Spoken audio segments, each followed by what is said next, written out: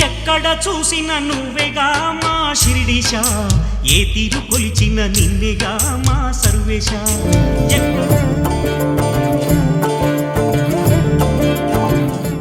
Saibaba October 17, 1918 నాడు మహాసమాధి చెందారు. సాయి చిత్రపటం, సాయి సమాధి ఆరాధనీయమైనది. సాయి భక్తుడు శ్రీ స్వామి కేశవయ్యజీ, ఆయన గృహమే సాయి నిలయం. అది మద్రాస్ మహానగరంలో షెనై నగర్లో ఉంది. సాయి నిలయం నుండి గురువారం పూజలు జరుగుతూ ఉండేవి. తగినంత స్థలం లేకపోవటం వలన కొన్ని గంటల సేపు భక్తులు వీధిలోనే క్యూలోనే నిలబడేవారు. ఈ అసౌకర్యం తీర్చడానికి ఎదురుగా ఉన్న ప్రదేశంలో సాయి నిలయం ఏర్పాటు చేశారు. మార్చి 14, 1975 సంవత్సరంలో వేలాది మంది భక్తుల సమక్షంలో ప్రారంభోత్సవం జరిగింది. షెనై నగర్ సాయి నిలయం ఆనాడే రెండవ షిరిడిగా పేరు గడించుకున్నది. ఆనాడు 3.5 లక్షల రూపాయల వ్యయంతో రూపుదాల్చిన ఈ మందిరం చూడచక్కని ప్రశాంత ప్రదాయిని.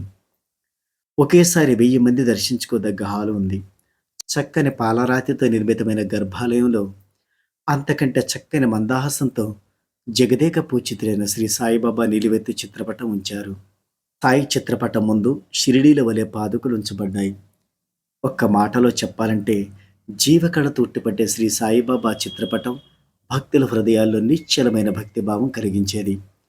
ఈ మందిర నిర్మాణంలో ఉన్న రోజుల్లో ఈ మందిరాన్ని తిలకించిన ప్రముఖ వైద్యులు శ్రీ సురేంద్ర గారు ఇలా అనుకున్నారు: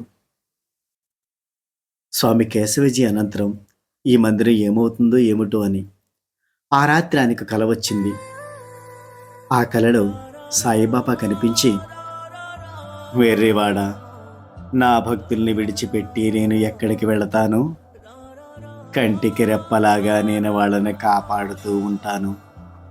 నేను ఆ మందిరంలోనే ఉంటాను. శ్రీ సాయిరాం బాబా సాయిరాం. శ్రీ సాయిబాబా మందిరంలోకి ప్రవేశించి ఆసీనులైనారట. నేటికి సాయిబాబా సుందర దివ్య చిత్రపటంలోనే సాక్షాత్కరిస్తూ ఉంటారు. ఇప్పటికీ ఆ మందిరంలో విగ్రహం లేదు. ఆనాడు ఈనాడు సాయి వెన్నెల వ్యాపిస్తూ ఉంటుంది. జై సాయిరాం. నిరాశలో గాని, నిస్తేజములో గాని, ఓటమిలో గాని, పొడి దుడుకులలో గాని,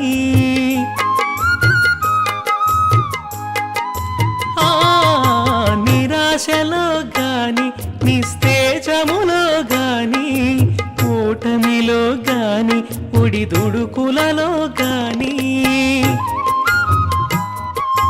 నీ నామమే మరువనురా ఓ సాయి, నీ పాదము విడువనురా శ్రీ సాయి.